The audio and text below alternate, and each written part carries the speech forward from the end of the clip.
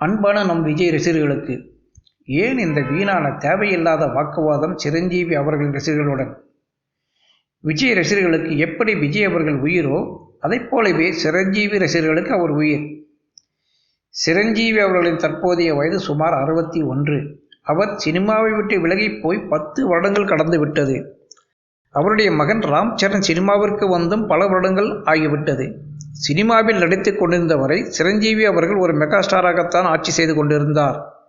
சினிமாவை விட்டு விலகியும் இந்த 10 வருடங்களாக பெரிய சக்தியாகத்தான் இருந்து வந்துள்ளார். இப்போது மறுபடியும் 10 வருடங்கள் கழித்து விஜய் அவர்களின் கத்தி படத்தை பார்த்துவிட்டு அதன் தெலுங்கு மறுபதிப்பில் நடிக்க ஆசைப்பட்டுள்ளார். இதனை அறிந்து கொண்ட நமது விஜய் அவர்களும் தாங்கள் நடிப்பதாக இருந்தால் உங்களுக்கு தெலுங்கு பட உரிமையை வாங்கி தருவதாக கூறி அதன்படியே வாங்கியும் தந்துவிட்டார்.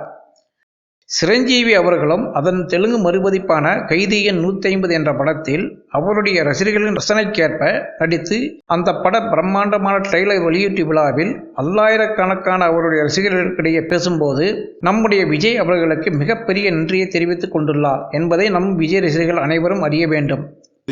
ఈ సినిమా ఈ కథ నాకు ఓకే చేయడానికి తమిళ్ హీరో విజయ్ ముందుకొచ్చి మీరు చేస్తారంటే ఈ సినిమా నేను దగ్గరుండి మీకు రైట్స్ ఇప్పిస్తానంటూ ముందుకు రావడం అనేది చాలా సంతోషం. ఆ రకంగా విజయ్కి సభాముఖంగా ధన్యవాదాలు. இப்படமும் இன்னும் சில தினங்களில் வெளியாக உள்ளது. இந்த நிலையில் யூடியூபில் விஜய் ரசிகர்கள் என்ற பெயரில் கீழ்த்தரமான வார்த்தைகளில் சிரஞ்சீவி அவர்களை பற்றியும் அப்படத்தை பற்றியும் தாறுமாறான விமர்சனங்கள் செய்து கொண்டுள்ளனர். இப்படம் கைதி எண் 150 பெரிய வெற்றி அடையும் பட்சத்தில் அது நம்முடைய விஜய் அவர்களுக்கும் பெருமையே சேர்க்கும் என்பதை நாம் அனைவரும் அறிய வேண்டும். எனவே விஜய் ரசிகர்கள் ஒன்றை மிக நன்றாக உணர வேண்டும்.